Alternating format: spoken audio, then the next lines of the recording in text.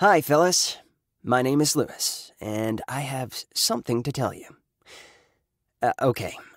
My girlfriend got pregnant. There's nothing unusual about that, right? But the thing is, I'm 16 years old, so hooray? In response to the growing popularity of animated channels like Actually Happened, where they animate stories that supposedly happened to someone, I thought I would tell some of my stories from my childhood. This is all going to be grade school, so you just sit back and enjoy yourself. When I was in first grade, I sat at a four-top with 3 other girls. And we weren't in the class for maybe more than a week. And one of the girls got this bright idea. She said, I think we should all take pictures of ourselves in the bathtub. You know, have your mom take a picture of you naked when you're in the bathtub and bring it to school and show each other. I thought that was a little weird. I was 6, so I thought maybe this was like a homework assignment or something. So I went home and told my mom, said, hey, we're supposed to bring pictures of ourselves naked in the bathtub for school tomorrow. And she didn't quite buy it. I don't know what about that didn't ring true for her, but she said I couldn't, so I had to show up the next day without any pictures of me naked in the bathtub. The girls were very disappointed.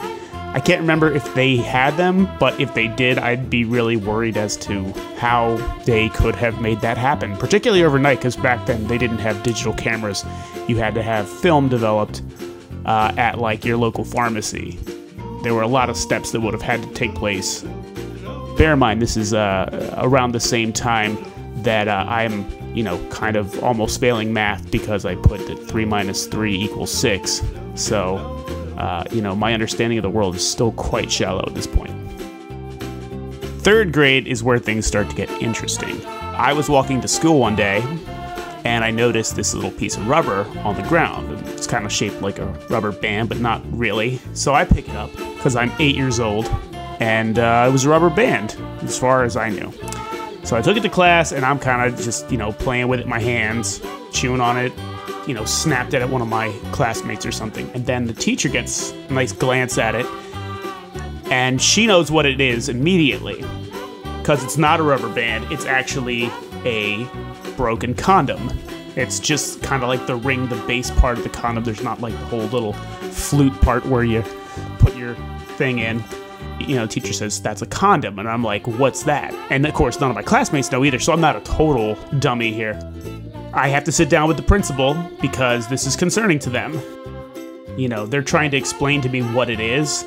The phrase they use is, the condom is something that you put body parts into. They didn't say which ones, so I thought they meant this condom thing, whatever it might look like in its intact form, was something that you might put like a dead body in.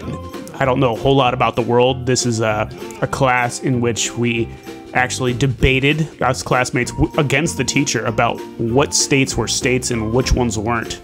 Half of our class was convinced that the District of Columbia was a state because their parents said so and that our teacher was wrong. Meanwhile, I argued that Chicago was a state because my parents said so and that the teacher was also wrong.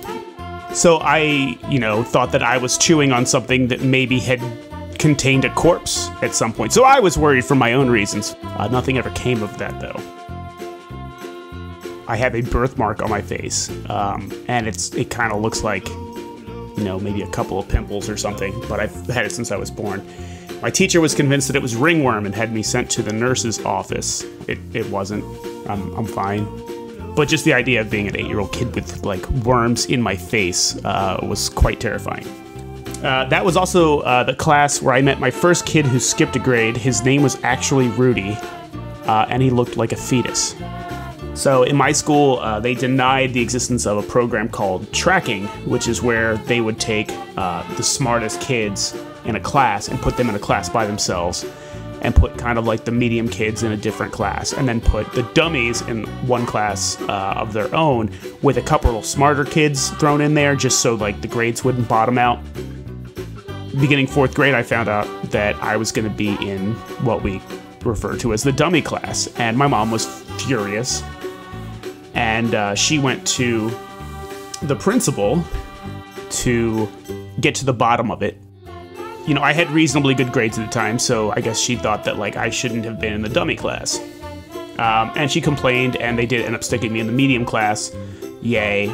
But, you know, she probably thought that they were putting me in the dummy class to sort of raise the grades, when I think, you know, given what I just said about how third grade had gone so far, it was probably because they thought I was at home eating paint chips. There was another girl who ended up going to that dummy class who wasn't so lucky. She had been, up until that time, a straight-A student, and it turns out years later, when we were in high school, she was pregnant at 15. I'm not saying it's because she was in the dummy class, but it probably didn't help. Fourth grade. I had a friend named Zach who loved to tell jokes. They just weren't funny. But every time he would tell a joke, he would look at you like you're supposed to laugh, and you felt bad for him, so you'd kind of put on a fake laugh. And this is the only person I've ever done this for my entire life. I would fake laugh at this kid's jokes because I felt bad for him, but it made me die inside when I did it. One day I wanted to go play at his house because he had better video games than I did. So I called him on the phone, talked to him, and tried to convince him to let me come over. And then I convinced my mom to drive me over to his house. I guess I had glossed over whether he had actually agreed for me to come over or not, because when I got there, his mom answered the door, and all I could hear from inside was him screaming to his mom, "Make him go away!" Fifth grade, I managed to get accepted to a magnet school in my school district. There were only 6 boys in a class of like 30, and all the other boys knew each other, and I was brand new, and I was also like the shortest boy by a considerable margin, so I was about as popular as chickenpox, which was still a thing that people got back then. When I was at recess, I got in a tuffle with a 4th grade boy. We were playing soccer, and there had been some altercation. I told him that his mother had 17 dicks, so he picked me up and gave me the tombstone pile driver. Let that be a lesson to anyone who thinks that the son of African immigrants wouldn't be a fan of The Undertaker. I'd gone limp in the fight because I was under the misunderstanding that if you didn't fight back, that you wouldn't get in any trouble. But we were both sent to the principal's office. We both got detention. So even then, it was made clear that there's some speech that's so hurtful that that violence is justified. After that, I also became known as the kid who lost in a fight to a 4th grader. There was a girl in my class who I felt compelled to annoy. An adult might have, you know, looked at us and suggested that I liked her, but I think, really, being the least popular boy, I thought maybe a girlfriend would have changed the dynamics of school. So it wasn't like I was really interested in her. She just seemed like an easy target. And I stress easy. One day while we were waiting for the buses to pick us up and take us home, she dared herself to take off her shirt. At 9 years old, I thought that was excellent. That was an excellent idea. And she took off her shirt, and what she had underneath was a camisole. Now, I was 9 years old. I expected it to be a bra. I didn't know what a bra looked like, so as far as I was concerned, she was actually butt naked. I returned the favor later in our Apple Computer Lab class. Our whole class was playing Oregon Trail, and there's a feature where if your party dies, you get to write a gravestone, and then people that pass by where you died on the trail get to read it. So I started a party, and the main character's name was hers. I made the poorest decisions I could. I didn't buy any food at all, and I caulked the wagon to float it across the river, and I died pretty quickly. And so I wrote on the epitaph something just to give her a little nudge.